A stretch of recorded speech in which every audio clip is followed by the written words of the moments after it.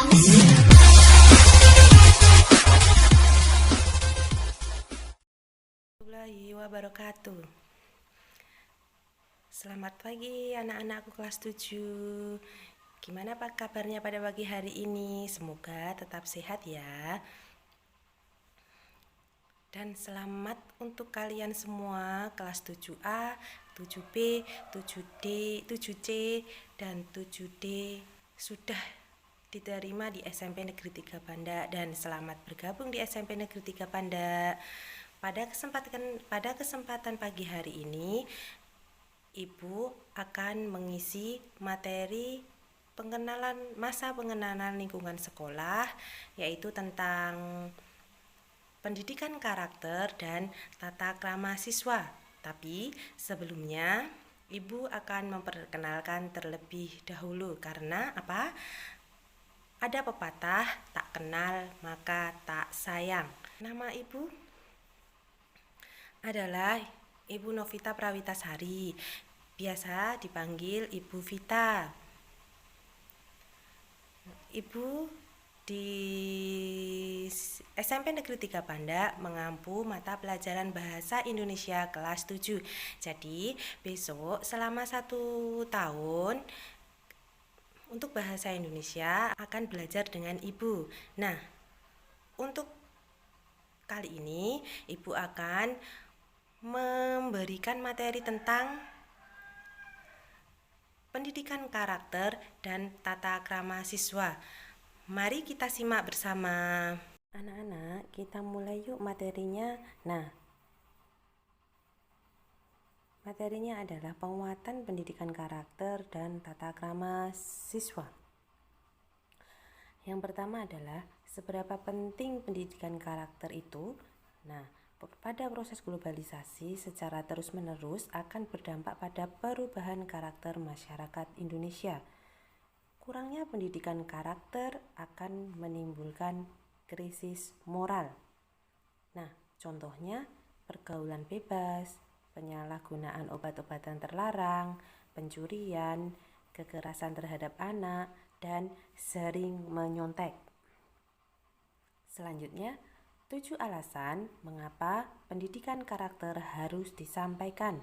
Yang pertama, cara paling baik untuk memastikan para siswa memiliki kepribadian dan karakter yang baik.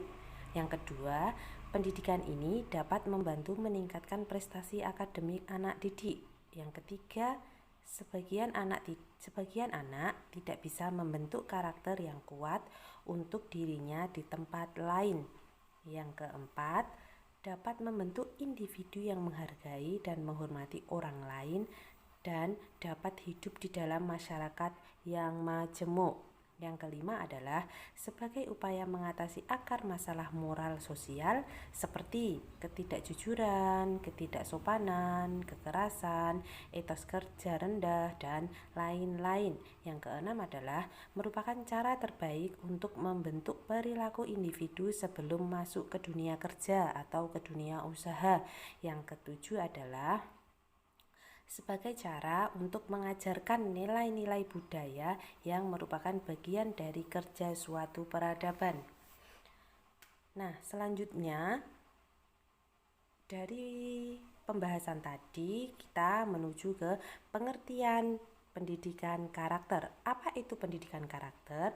Pendidikan karakter adalah suatu sistem pendidikan yang bertujuan untuk menanamkan nilai-nilai karakter tertentu kepada peserta didik yang di dalamnya terdapat komponen pengetahuan, perasaan, serta tindakan untuk melakukan nilai-nilai tersebut. Nah, di sini pendidikan karakter sangat erat dengan pendidikan moral. Pendidikan ini bisa dilakukan di mana saja, di lingkungan keluarga, sekolah, dan lingkungan, serta memanfaatkan berbagai media belajar. Tujuannya untuk apa? Tujuannya untuk membentuk dan melatih kemampuan individu secara terus-menerus guna penyempurnaan diri ke arah yang lebih baik. Selanjutnya, apa itu fungsi dari pendidikan karakter? Fungsi dari pendidikan karakter itu sendiri adalah untuk membentuk karakter seorang peserta didik sehingga menjadi pribadi yang bermoral, berakhlak mulia, bertoleran, tangguh, dan berperilaku baik. Nah, di sini ada beberapa dampak dari pendidikan karakter itu adalah yang pertama, menyeimbangkan kemampuan kognitif pada anak. Yang kedua, membangun kepekaan anak terhadap lingkungan sekitar.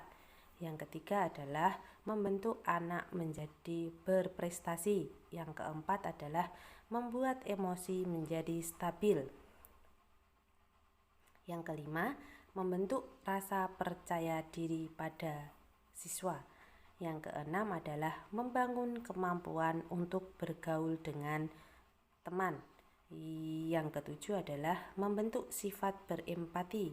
Yang kedelapan, membangun jiwa yang penuh tanggung jawab. Kesembilan, memiliki kecerdasan emosional. Dan yang terakhir, yang ke-10 adalah membangun jiwa anak menjadi religius. Nah, di sini ada tujuan pendidikan karakter juga. Yang pertama adalah untuk membangun bangsa yang tangguh, di mana masyarakatnya berakhlak mulia, bermoral, bertoleransi, dan bergotong royong. Selanjutnya, peserta didik harus ditanamkan nilai-nilai pembentuk karakter yang bersumber dari yang pertama agama, Pancasila, dan budaya. Nah, ada nilai-nilai pembentuk karakter tersebut adalah kejujuran, sikap toleransi, disiplin, kerja keras, kreatif, kemandirian, sikap demokrasi, rasa ingin tahu, kesemangatan kebangsaan, cinta tanah air, menghargai prestasi, sikap bersahabat, cinta damai, gemar membaca, peduli terhadap lingkungan, peduli terhadap sosial, dan rasa tanggung jawab dan religius. Selanjutnya, materi yang kedua adalah tata krama. Mari kita simak. Nah, tata krama itu terdiri dari dua kata. Yang pertama adalah tata, yang kedua adalah krama. Nah, tata itu artinya apa toh? Nah, tata itu artinya adat, aturan, dan norma. Sedangkan krama itu berarti sopan santun, tindakan, dan perbuatan. Jadi, pengertian dari tata krama itu sendiri adalah adab sopan santun atau kebiasaan sopan santun. Selanjutnya, di sini ada 4 manfaat tata krama. Yang pertama adalah menciptakan kehidupan yang damai, aman, dan tentram. Yang kedua adalah memperkuat jalinan kerukunan yang sudah dibentuk selama ini. Yang ketiga adalah memperkecil munculnya konflik di lingkungan masyarakat. Yang keempat adalah mempermudah pergaulan di masyarakat. Selanjutnya, nah di sini ada beberapa contoh dari tata krama itu. Nah, yang pertama adalah tata cara dalam berbicara. Nah, tata cara dalam berbicara itu ada 3. Yang pertama adalah menjaga perkataan agar tidak menyinggung perasaan orang lain. Yang kedua adalah memperhatikan lawan bicara. Jika lawan bicara lebih tua, gunakan kata-kata yang lebih sopan. Yang ketiga adalah tidak memotong pembicaraan orang lain. Nah, ini yang kedua. Yang kedua, tata cara menggunakan fasilitas umum. Yang pertama adalah membuang sampah pada tempatnya.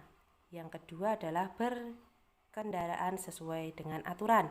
Yang ketiga adalah tidak merusak fasilitas umum. Nah, ini adalah tata cara makan. Yang pertama adalah cicipi makanan dan minuman tanpa suara. Yang kedua adalah berdoa sebelum makan. Ketiga adalah apabila batuk saat makan, tutupi mulut kalian. Nah, yang terakhir adalah tata krama berpenampilan. Nah, tata krama dalam berpenampilan itu adalah cara menggunakan pakaian. Yang kedua adalah kalau pakaian seragam, sekolah harus dimasukkan memakai dasi dan memakai sabuk. Yang ketiga adalah pada waktu olahraga, pakailah pakaian olahraga. Nah, demikian penyampaian materi MPLS tentang pendidikan karakter dan tata krama siswa.